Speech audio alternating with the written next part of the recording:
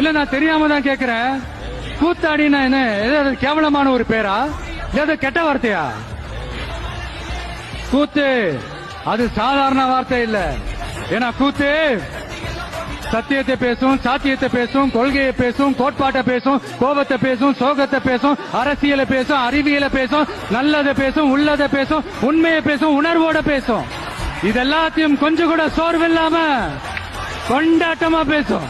மூஞ்சி சரியில்லை, ஆளு சரியில்லை, அழகு சரியில்லை, முடி சரியில்லை, நட சரியில்லை, உட சரியில்லைன்னுகிட்டு இப்படி எல்லாம் அசிங்கப்படுத்தினாங்க, அவமானப்படுத்தினாங்க. ஆனா கொஞ்சம் கூட கலங்காம ஒவ்வொரு வாய்ப்புக்காகவும் ஒவ்வொரு சூழலுக்காகவும் காத்திருந்து சுத்தி சுழண்டு உழைச்சி மேல வந்தவன் தான் இந்த கூத்தாடி.